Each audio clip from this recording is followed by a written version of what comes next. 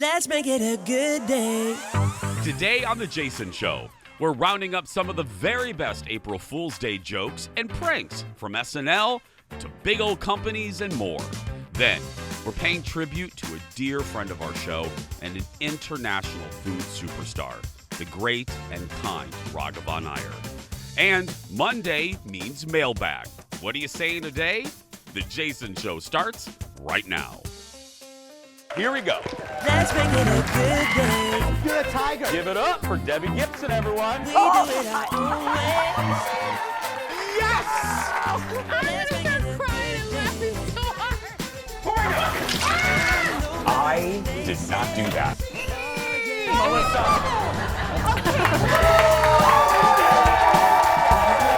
Let's make it a good day. Hey, everybody. Welcome to the show. Welcome to the Jason Show. I'm Jace. How you doing? How you doing? Happy day. I'm burned. Sorry. Okay, audience. Welcome to the show. Welcome to the Jason Show. I'm Jace. Or you can just call me Red Lobster. Please say hello to my sidekick sister. It's Kendall Mark, everyone. Hi. Hi. Hello, friend. I'll be Applebee's. Yeah. If you want to be Red Lobster, I'll be Applebee's. I acknowledge I'm a little crispy today. If you don't point it out, you really can't tell. I think you just look tan, especially Well, on I calmed camera. it down with some spackle and some makeup in the dressing room, but the audience saw me. I didn't without makeup. Here's the deal. We went to, I know this shocks people, we went to Florida over the weekend, and we chill out in the middle of the day. You know, we go to the parks, and then in the middle of the day we chill out because Daddy's getting old. So I can't. hot. The old gray mare, she ain't what she used to be. So we went to the pool, okay? And and I'm not rubbing it in. I'm just for the sake of the story. It was sunny and like 88. I know. I'm sorry. I know. I almost didn't say this, but anyway. So we're laying there, and we're there at the pool for about 2.5 hours. And at the end of it, that night, Colin goes, Ooh, I'm real crispy. And I went, yeah. He goes, I don't think we were out there that long. And I go, we were out there for 2.5 hours, you goober. I said, so I looked at him and I go, yeah, you're real red. And then he goes, well, you're not much better. And then, yeah, so it's that's marriage, everyone. That's marriage. So, okay, so there's that. Now, if you want to see every aspect of human behavior, go to Disney World. Oh. Because you will see, right? If you've ever been there, you will see, and I love this, because I've been there so much, I'm just watching people, because I think to myself, I want to talk about it. So I observe people. There's nothing better. The State Fair, the Mall of America, the public market in Seattle. You see human behavior on every level. Yes. So I observed something that I think you're going to agree with, okay? I'm going to call this, Don't Be These People, okay? That's our segment. We're going to, don't be these people. Follow me here. Okay. You all been to Starbucks, right? Or Caribou or whatever coffee? Yep. Thank you. Former barista in the audience, but if it's really busy, and there's nothing busier than a Starbucks at Disney World, okay? Everybody orders. Don't be the people after you order to take your whole family, I call them armadas, and circle the counter, the pickup counter. Yes. Back up! Other people need to get up to get their beverage because it drives me crazy. You're not the only one that ordered, Sally. Back up. Your whole family, it's like a blockade. It's like an army blocking the pickup. Like Battleship. Yeah. So when they call your name, they're like, Kendall, you gotta fight 50 families just to get your I almost cussed, your macchiato. You know what I mean? And that's the first thing. Second, don't be these people. Jeff, we need to start that segment. Don't be these people. The second, and this is talking to you parents here. Oh. And specifically little children. I know, I'm not a parent, but the parents are gonna be with me. He's gonna get emails. I don't care today. I've observed this enough. Be kind to animals. These children, we witnessed little Malachi and Damien. There's a mother duck with some little ducklings, okay? And little Damien and little Malachi, these little children of the corn, were chasing these little ducklings around, tormenting and all the mother wanted to do was get her ducklings to this body of water. And I'm sitting with a non-alcoholic beverage on this bench. Something about this story is not Whatever. true. What I was drinking is not part of the story. So I'm watching Malachi and Damien, and they're chasing this family of ducks. And I'm like, look, the parents, where are they? At the funnel cake stand, not even watching Damien and Malachi. So and then what happened? Damien and Malachi chased the ducklings into this bush. And the ducks were they were so scared. And Malachi climbed up on this bush that he shouldn't have been on, fell. Telling you. And guess what? Jason didn't feel bad. No. Didn't feel one bit bad for little Malachi. That's what happens when you chase baby ducks. Yep. So don't be the people at Starbucks, and don't be mean to ducks. Don't be those people. Thank you. Karma will get you. Order your drink and step back. Everybody else needs to get their drink too. Let's get started. It's time for the hot dish, everybody. Roll it. Scary. Did I scare you? It did. I was like, I just kind of slowly But kept you know what I moving mean. this way. Don't block the pickup. Don't block the pickup. Aaron's so scared. SNL was new over the weekend. Abbott Elementary's Quinta Brunson was the guest host. She did such a good job. One of the best sketches of the night was all about bridesmaids. Look. It all started with a box on my doorstep. And a note with a question. I just got this feeling that it wasn't the kind of question you could say no to. Will you be my Bridesmaid. From the people who brought you Keep Sweet, Wild Wild Country, and the Nexium documentary comes a harrowing new cult story. I Was a Bridesmaid. Each year, more than 6 million women fall into this type of cult. They prey on vulnerable groups like college roommates and sisters-in-law. They sell you on the big day. I thought it was a one-day commitment. But for 18 months, I was fully sucked in. I mean, there was an email chain, a group text, DMs, a whole conversation in the comments on Venmo. Got sent a 200-question poll about customized shirts. We ended up going with Bride Tribe. Okay. You got to speak to this one. I've never been a bridesmaid. It's hell on earth, isn't it? No, it's great. Every moment is a wonderful experience. God bless. Your friends are watching right now, aren't they? Hi, guys. I love you. It was so fun every single time. Do you have a friend that was worse than the others?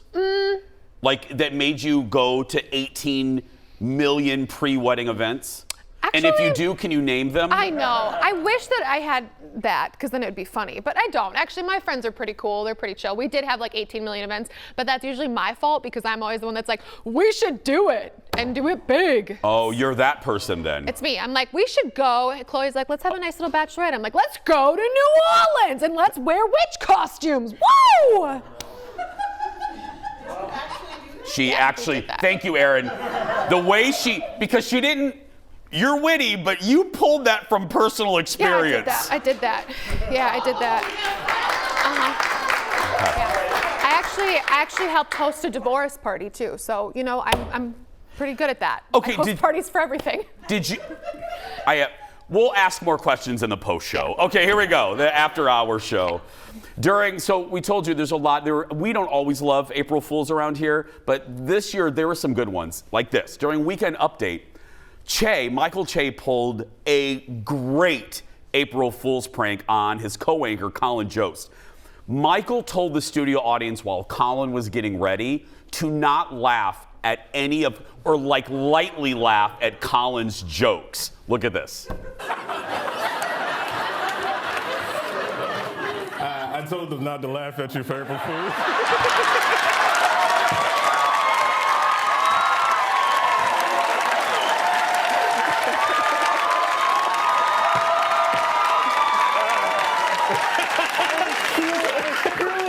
Am I not mic'd? And then I was just like, oh, I just suck. All right, moving right along. Yeah, so that was an abrupt cut right there. Leo was like, They were doing it to you. oh, you didn't have them clap at that. Yeah. It was part of the bit. Aaron. Whatever. I know, it was Jeff. Oh, the audience is totally calling you out, executive producer Jeff. No, but can you imagine we can't play the full clip. There was tepid laughter at every joke Colin said, and then when Che would say it, uproarious, just like roaring laughter. Yeah. You'd be sweating. Oh, like, I would die. Sweating. Oh, it's bad not today. If we have a quieter audience, Aaron's sweating, I'm sweating, you're sweating. I'm sweating because you're sweating. I'm like, oh no, he's sweating. I'm going to start sweating. Yeah, it's all right. Quinta Brunson was, like I said, the guest host. She earned rave reviews. Some said her appearance was like a former cast member coming back. This was like a B+ episode. There were more winners than there were losers overall as far as the skits. The road rage one was good. Her monologue, she made a crack at Friends. It was so good. So if you missed it over the weekend, go on their YouTube and watch the rest of them. We have so much more ahead. Go get some more coffee. Back off from the Starbucks counter, and we'll be right back. Back in a moment. Back off.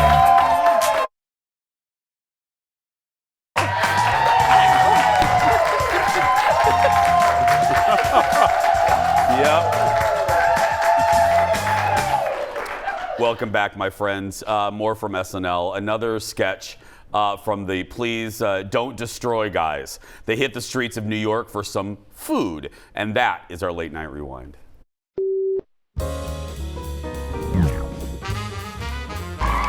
This is New York. It's a melting pot of over 3 cultures, and food is its universal language. My name's Rocco. My name's Tabby Cat. And my name is Donald Trump. I know. We moved here for college, and we've been here ever since, except for COVID. Today, we're gonna show you our New York, the real New York, one bite at a time. This is Street Eats.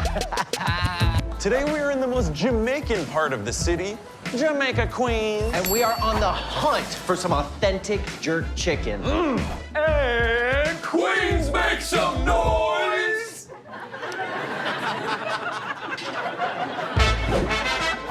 Rice. The thinking man's chips. Shut the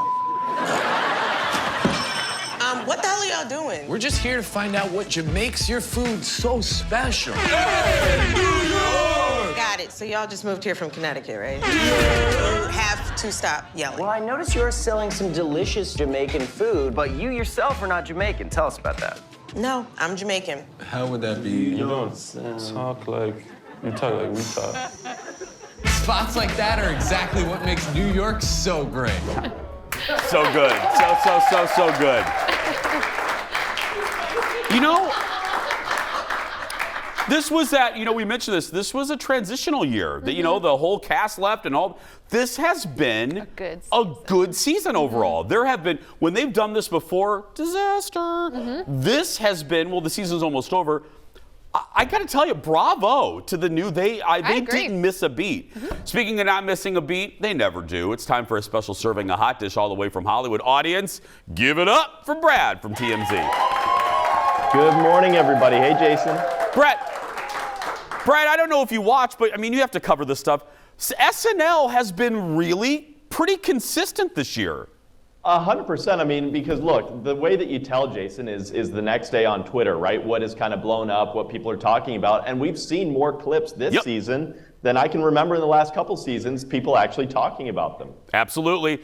Let's get to some news. Lamar Odom is using his money to give back. Nice story. What's he doing?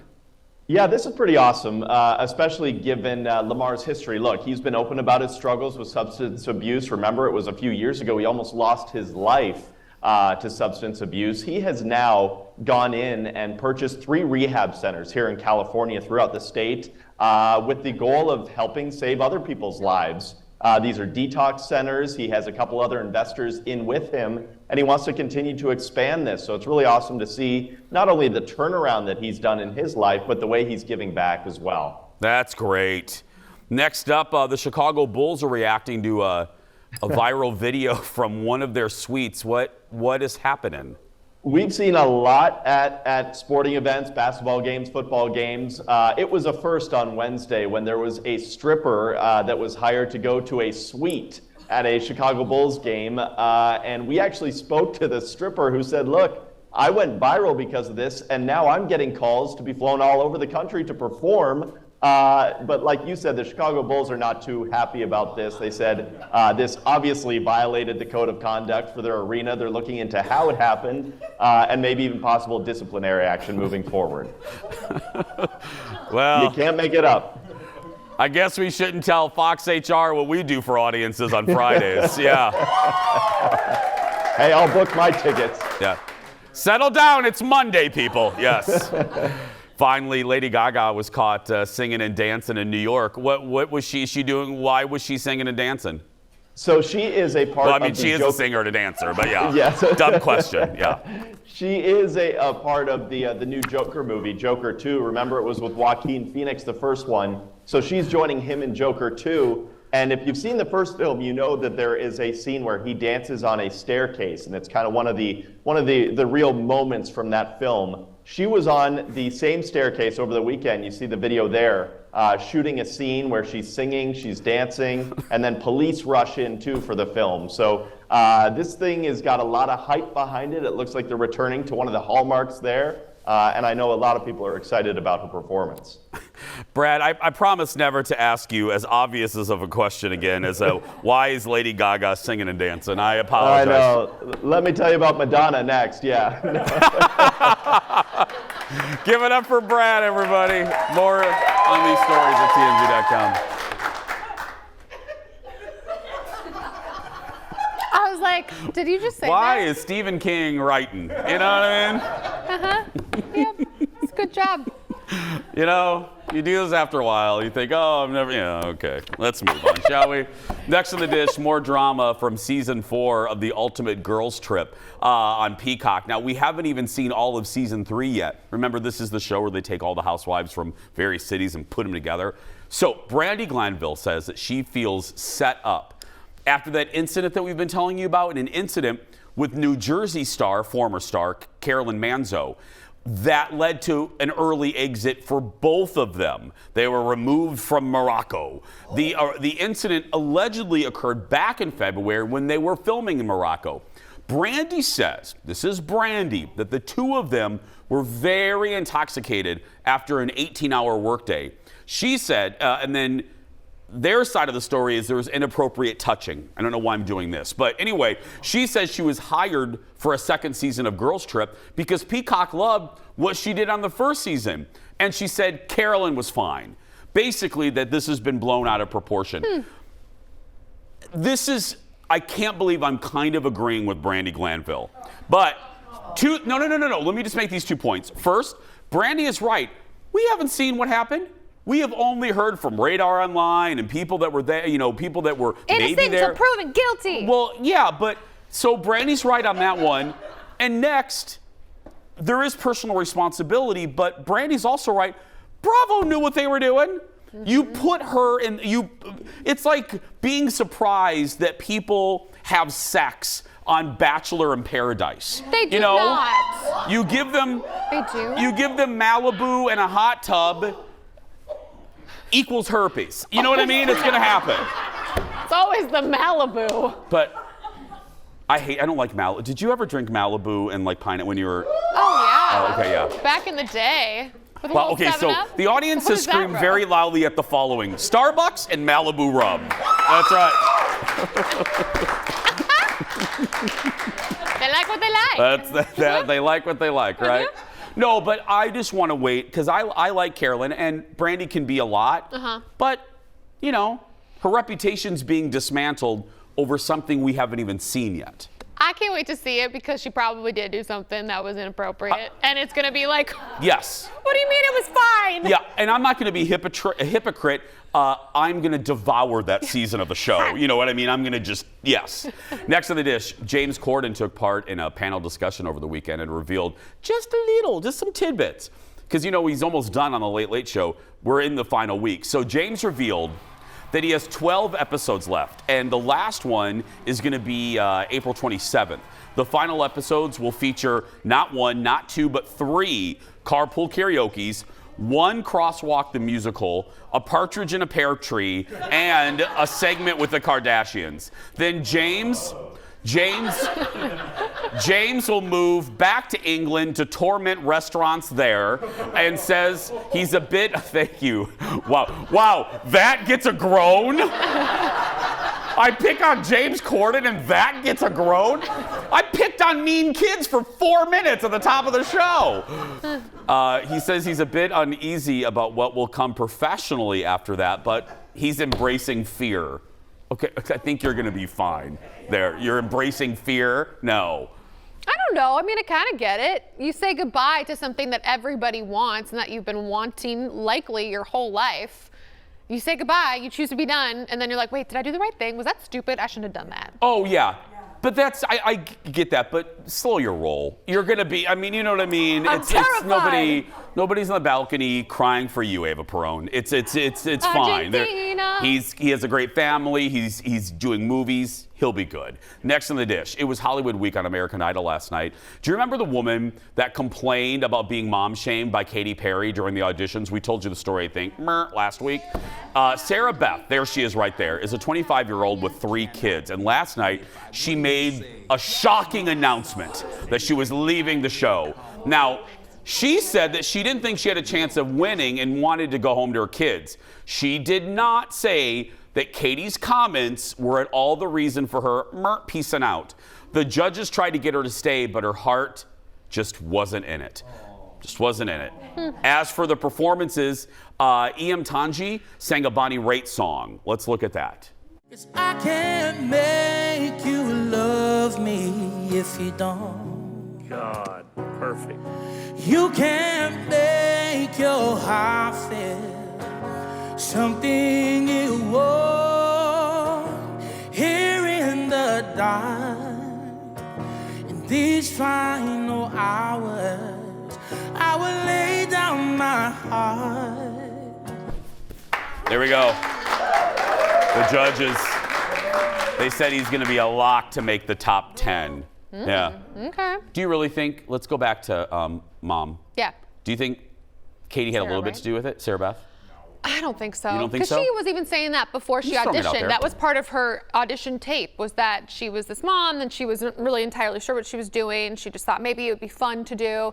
And Katie kind of called her out on that, besides the mom comment. She said, if this isn't your dream, then go.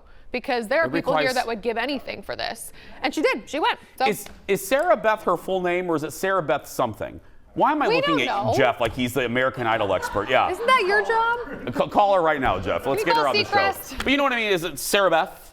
I'm going to go with Sarah Or is it Sarah and her last name's Beth? No. I'm gonna go with Sarah Beth. Sarah Beth? Yes. Okay. Might be a middle name. Might be a middle, yeah. I'm going to call her SB. SB. Bye. See you later. She's already gone. That's right. I don't need to worry about her anymore. That's right, yeah. Out of sight, out of mind.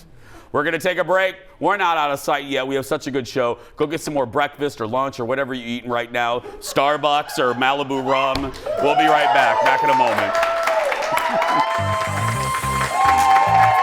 Coming up, from McDonald's to Panera to France, we have the best and funniest April Fool's Day pranks. And from Kendall's viewing habits to some ideas for The Bachelor. You have thoughts, we have answers. It's mailbag time. That and more when we come back.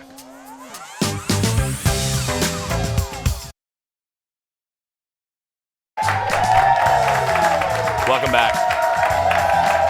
Thank you. Okay, no, thank you for being here. Don't forget to get tickets to our show. Go to eventbrite.com or the Eventbrite app and search for The Jason Show. Well, April Fool's Day happened over the weekend, and once again, some big-name companies got in on the pranks, and we don't always do this. I think most of us are kind of annoyed by April Fool's Day on our staff, but this was good this year. Some of the jokes are really good, so we thought it would be fun to put some together. First up, McDonald's in Australia got people excited when they announced when they announced a new menu item. My mother would love this. The McFry. Yes. So it's a quarter pounder stuffed with French fries. Many fans got angry, like real legitimately angry, when they found out that it was a joke, saying it should be an actual menu item. Well, you know what? You make it I would do to make this reason, do like a poutine sandwich. Yeah, like burger, gravy, fries, boom. Yes. Burger. Put that, whatever audience, put that, yes. Oh. Yeah. I just want that now. I'm just going to take some fries and I'm just going to make my own. Okay. I hear you, crew over there. I know. I said what I said. Next up, dirty people. Next up, and front row, you're not helping me right now. I tried to help you. Thank you, Kendall. I love you. You're yeah. welcome. Next up, Panera Bread. What did they do? Well, they put a new spin on bread bowls, releasing this video on Instagram featuring bread bowl hot tubs.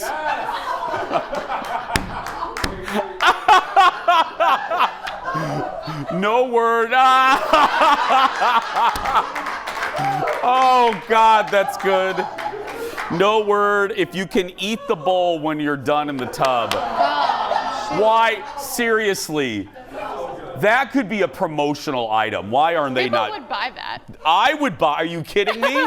We would do an entire Jason show from the Panera hot tub. Yeah. And those people would be invited right there, top row, yeah. Next up, one more food and drink joke from Glenlivet Whiskey. The liquor brand released a video for Goonlivet, basically whiskey in a box. It's their spin on boxed wine. No way. I love them. No, that could be a thing too. I'm just telling. Yeah. What? But I mean, the barrel but yeah. Portable. I mean, think of what you could put that into. I know. I need the. Front row likes that too. If the Tito's people are watching, could you do that for us, please? And for the front row, Malibu, please. Yes. Tinder pulled an April Fool's Day prank on users this weekend. The dating app said it was banning all fish pictures. Okay, that wins. Let's just go to commercial. It basically, users holding a prize fish they just caught is banned. Tinder said it wanted to be, quote, fish-free because no one looks good holding a slimy fish. Can I tell you? I forgot who told me, but you would know. I mean, you're having more. Some single friends, I believe, of Colin said that oh no, I know who said. It doesn't matter who it is. Said that every other picture is a guy holding a fish. As their dating profile. It is Addie. Addie, am I right on that? Addie's her social media, right? Mm-hmm. I've heard this from several single women. Because that'll catch a woman.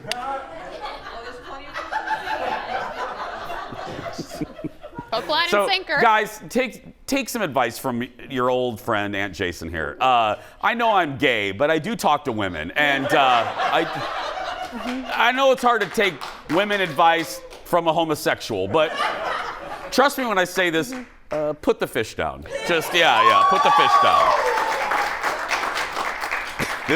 This has been straight guy advice from a homosexual. There we go. Yeah. I second that. It's the married woman. Segments, you want my advice, too. The next prank comes from Italian car maker Fiat. On Instagram, Fiat announced a new feature in some cars. They're calling it the pasta package. Basically, Fiat is offering in-car pasta makers. Yeah. I could get on that train. That is fantastic. The next prank included a promotional video. Police in St. Charles County, Missouri announced a new part of their patrol. Look at this. We have canines, motorcycle unit, SWAT, but we're trying to develop a brand new unit, the first of its kind in the country, the alpaca unit. Animals learning policing and community assistance. Yes! Yes! So Why isn't that a thing? Oh my gosh. Oh. crime would drop 37%, I'm telling you. It really would. Finally, this is, I think, is one of my favorites. Even the French have a sense of humor on April Fool's Day. The official Twitter account for the Eiffel Tower released video saying the tallest slide in the world would be installed on the Eiffel Tower this summer for a limited time only. That is great. Can you That is imagine? good. Can you imagine? Like the skin that would come off by Yeah. how fast you were going down that slide. We got to go. I've mentioned this before, and maybe we'll do it. But I've always joked with my buddy Elizabeth Reese. There's another show, talk show here in the Twin Cities called Twin Cities Live, and we've always joked that without mentioning it, without publicizing it, without saying anything, we just swap hosts for the day, and like Elizabeth walks out without like acting like nothing's wrong, and then I host Twin Cities Live for a day for April Fools. Yeah. Okay. But please, the bosses have no sense of humor, so that would never happen. We'll be right back. Back in a moment, everybody. Stay with us.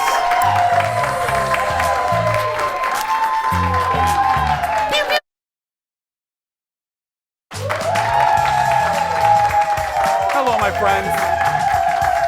Thanks for watching. We appreciate you. We do. I say this from time to time. Every so often, you know, a show's meant to be light and airy to make you laugh for an hour.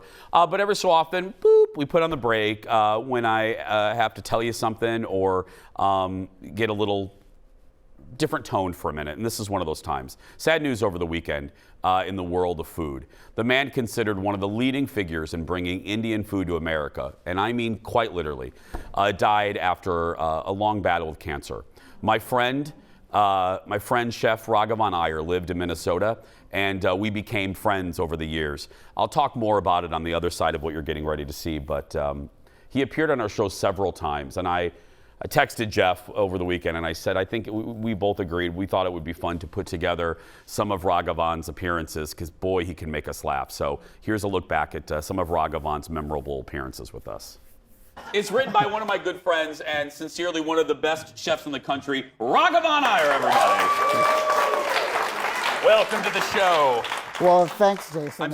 I'm so excited to have you. Well, it's my pleasure, and it's nice to see you work, by the way. What he means is the last time he saw me, we were cocktailing at the lake. That's what he means. That's right. Okay, let's get to it because I don't want to waste any time. Absolutely. And so, you know, the secret to making the ultimate mashed potato really begins with the ultimate potato, which is the russet for this. The russet. The russet. The russet. Russet. Not Tim Russert. Not Tim Russet. Okay, yeah. And then, you know, you want to boil them until they're just perfectly done, and then dry them out on a surface so that on the surface it's actually dry as opposed to wet. Oh. And so that's one of the key. But here's the other key, which is this really nifty-looking device. Like, can you handle it? I can, but what is this? It's actually a ricer. It's a ricer. It's a ricer. You could use these cute little things, but you know, you're not going to get the ultimate mashed potato. Okay, we want the ultimate, so let's use this. You want the ultimate. So I'm actually going to go ahead and use some of the potatoes that have been dried up, and I'm going to get you ricing that right into it. Raghavan, can you get these at kitchen stores and anywhere, you know, even like at a Target or something. See, that's what I talk about. Oh, that's what, because it looks like rice. It does. But this way, you're getting a nice fluffy piece of cloud in your bowl, and that's what it's all about. You know that, you know, I mean, you and I, when we get together, everybody says, "Oh my God, do I have to bleep the entire segment?" I know, Raghavan, we're dear friends, so we talk like we get in trouble because we talk like we do when the cameras aren't there. So yeah, you'll get to experience. Yeah. So I mean, you know, it's okay, audience, don't worry about it. Yeah. So what are we going to do here? So I've got gloves and I have dough, and it's all involves slapping. Yes. Okay. Fantastic. See, what did I tell you? This is what happens. Yes.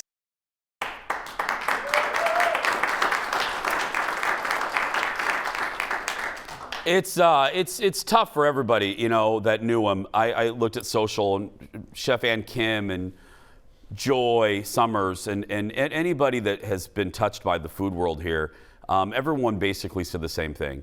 And this is what I think came across on camera. You know, sometimes chefs, and this isn't knocking anybody, but you know, chefs, just like people in big profile jobs, have a bit of an ego and pretense. You didn't have either with that man. No matter who we met, no matter who you were, he treated you the same, and he was so, just a beautiful soul. Just a beautiful soul. Executive producer Jeff just told me a story that the first time he met Raghavan at a party of mine, he talked to Jeff for an hour. You know, and other people, you know, when you're Raghavan, everybody wants a little piece of you at a party. You know, you want to go talk to him. But he sat and he talked to Jeff for an hour. That's representative of who that man was. And he was just delightful. And then what you saw there, and I'm so glad that Jeff picked that clip, because as nice as he was, what I will always remember is, girl, he could land a snarky comment. He was wickedly funny. And we would be at these sometimes events, whether it was at my house or whatever, and he would just observe people, and he could drop a line that would just cut you right in half. And no, you know, and Raghavan just always seemed very, very demure and very nice, but he had a great kind of spicy side as well. And I said that in the beginning. That man literally, quite literally, helped to bring Indian cuisine, not just to Minnesota, not just to the Midwest, but the country. And a fateful encounter with a General Mills executive, I believe in 2000, led to his first of many cookbooks. The one that he was advertising on that appearance was about potatoes. Get that book. It's one of the best recipe books you'll ever get. But we lost a really, really good man. And I wish his husband and his son the very best, and know that you had the best in Raghavan. And it's a tremendous loss to the food community and the community as a whole. I love you, buddy. We'll be right back.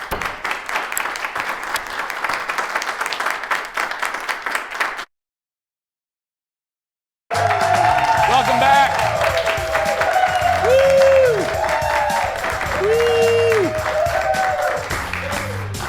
It is Monday, and we look forward to this for one reason, because on Mondays we respond to your questions, comments, and vital concerns. Let's open up the Jason Show mailbag. Open it up, Leo. Here we go. First up, we're going to start positive. A sweet message from Rob and Karen. Hello, Rob and Karen. They say, we love the show and record it daily. We use YouTube TV and Fire Sticks. We're currently in Vienna, Austria. Yeah, we have also watched you in the following places: Norway, Iceland, Ireland, various Caribbean countries, and by the time this trip ends, 9 European countries. What? Huh. What? And the Danube River. Really?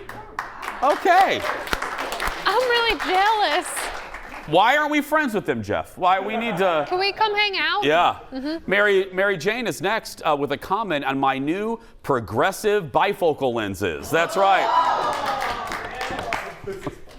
She says, I'm a retired optician and watch you every day. I know this is going to sound weird, but when wearing progressive lenses, you need to move your whole head, not just your eyes. The rule of thumb is to point your nose at what you're trying to read, and your eyes will focus better. Try it, Jason. You know what's easier than that? Taking the damn things back. Yeah, How's he gonna roll his eyes? I tried wearing them over the weekend, and I almost fell down one flight of stairs.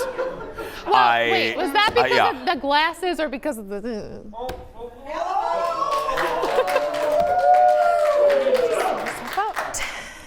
Valid question, but I mean, it was really the bifocals. But yeah, let's move on.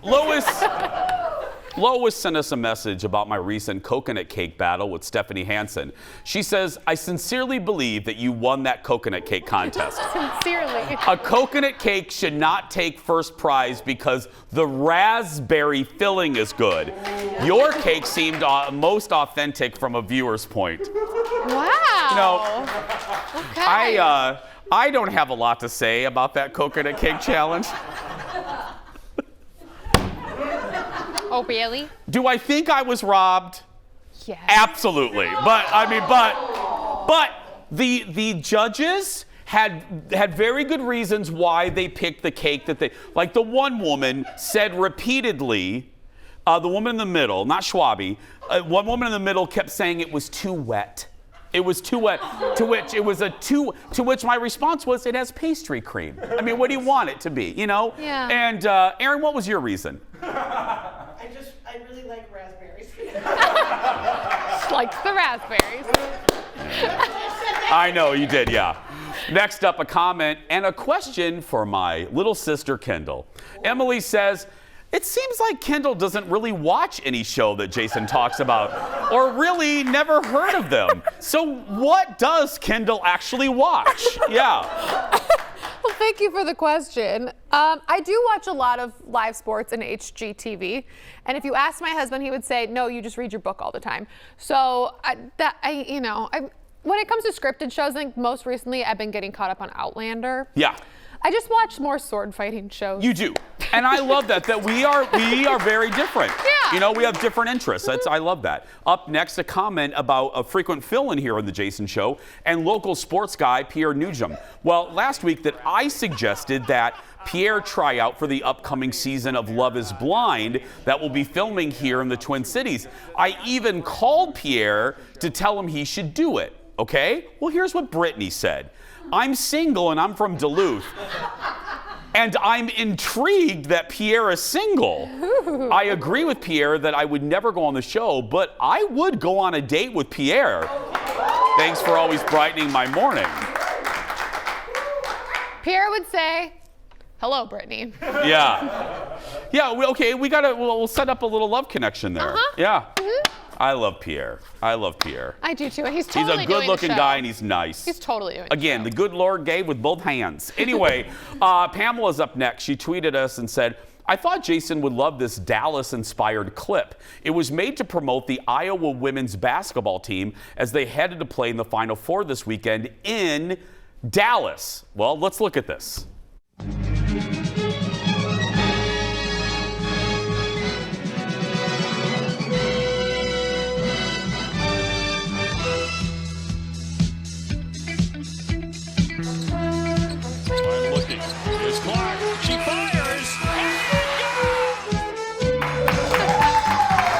Yes! Okay, I gotta tell you, this is a really good job because Lord knows I've asked photographer Eric, I said before this show is canceled I want to do a spoof of this opening title sequence. Look at this. This is good! They have the right font. And they have the right color of the font, the famous 3 split screen. This is bravo, ladies. Bravo.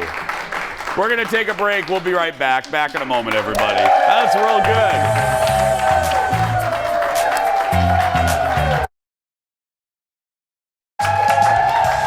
Welcome back. It is time for the world's shortest segment. 45 years ago, last night, the TV show that became a phenomenon made its premiere. What am I talking about? Of course, I'm talking about my all-time favorite show, Dallas, that ran from 1978 until 1991. Here's a promo for the premiere. Premiering Sunday, April 2nd, Dallas, where money buys power and passion breeds conflict. Between the oldest son, his neglected wife, the ruthless yet gracious parents, the rebellious granddaughter, and the youngest son. Yes. The Big D went on to run for 13 seasons and 356 episodes on CBS. Oh my God, you just corrected the whole prompter. Y'all,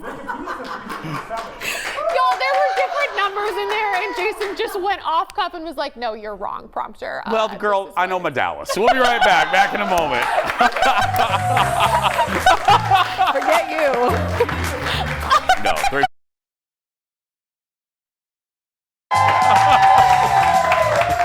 Get out.